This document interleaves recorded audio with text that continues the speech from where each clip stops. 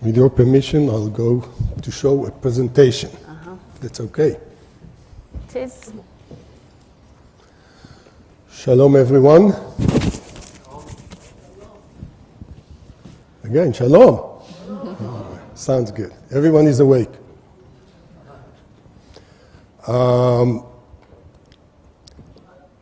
I think what we heard from Kathy and from Guy, I'll try and complete and try not to repeat what they said, because some of it appears in my presentation. Anyway, green, you told me the green one.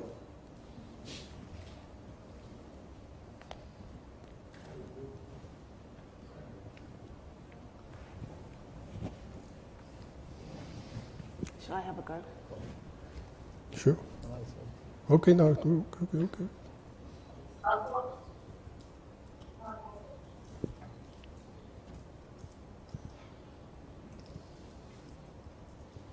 Reverse and then.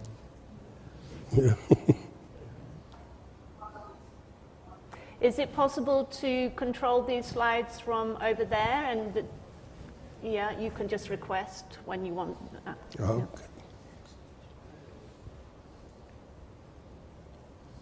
Okay. Please? Shall we go to the first? Yes, let's move to the second one.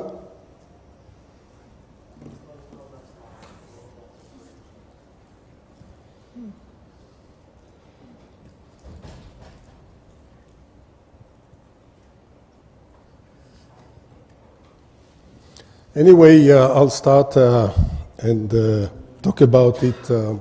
So my company, BaseCamp, is creating economic development by innovation. We have started in the high-tech and cyber park we developed in the city of Be'er Sheva. And from that success case, we took it over and developed more innovation centers and high-tech parks globally. But now I need some of the pictures. Anyway, you can imagine we have very nice buildings in our high-tech park. Very nice, but when we have the picture of the buildings, I always say the buildings can be nice all over the world. It's okay, but the content, what's inside and what's outside, is much more important. And outside and inside is the technology ecosystem. And there's another picture you can imagine. Be'er Sheva city is a desert. Imagine a desert, nothing there. This is the next picture. And there were no high-tech jobs at all in the city of Be'er Sheva, which is an hour and a half south to Tel Aviv. And when we came in, when I say we, it's the university and myself and the city of Be'er Sheva, we, let's see if I can take it backwards. Backwards it works, no? Anyway, when we started with the high-tech park, many people were skeptical. But we believed in the Ben Gurion University, and in 10 years from then, we started 2013. In 2023, we have already 4,000 R&D employees working in our park. We have 60,000 square meters of buildings, 4 buildings, beautiful. There's a picture also of the 5th one, which is under construction. Imagine one of the nicest you see on the Manhattan roads, streets. We are developing such a nice building. And we have the IDF cyber campus being located adjacent to us as a big anchor of cyber security companies. We also have 12, even more, international companies, and this you must find the slide of the list of the companies. I don't remember all of the 80 companies. This is too much for me, so try and at least get the picture of the companies. Anyway, 12 of the most prestigious and international companies from Intel and Deutsche Telekom and NVIDIA and IBM and all of them we brought in in 10 years. It's a very, very, very tough mission, very challenging. Each company is different. Each company decision-making, ones in Israel, others in the US, others wherever. Some takes a few months to bring them over. Some takes 5 years till they get the right decision to come and be part of our high-tech park. So with this initiative at 2023, in fact, I would like to repeat a little bit what Guy said, and this is very important, because what we do, we connect all the dots in order to have this success. We're starting with the academia. For us, wherever we go, we must have collaboration with the university, with research, with academia. When we've started, we didn't have the first building, company called EMC, mainly probably you know EMC, it was later on became Dell EMC. The minutes are over, but you don't count my, right? Carry on. Thank you. So Dell EMC came to us, and we took them. We didn't have we showed them the desert, but we took them to university. We showed them the research. They were very impressed, and they became our first tenant even before we completed the first building. So university and academia is very important. Then we have the incentives of the government. We must have a backing of a government. Even in Israel, we went to the government, and the process was from bottom up. It wasn't an initiative of the government. It's us, the university, the private people. We went to the government, and we asked for budget. We asked for the land.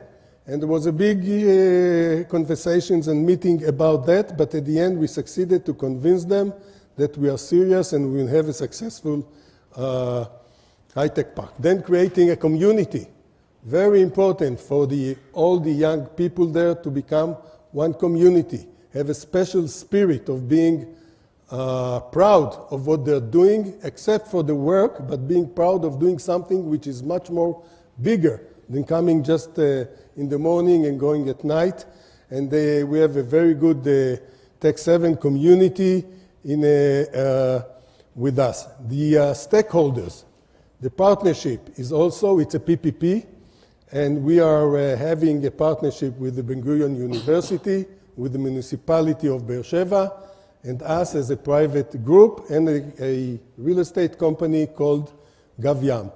We act as a business company totally. We report every 3 months, although we have 2 public partners, but it doesn't matter. We are part of a business company, and daily life and revenues and profit and assets, all these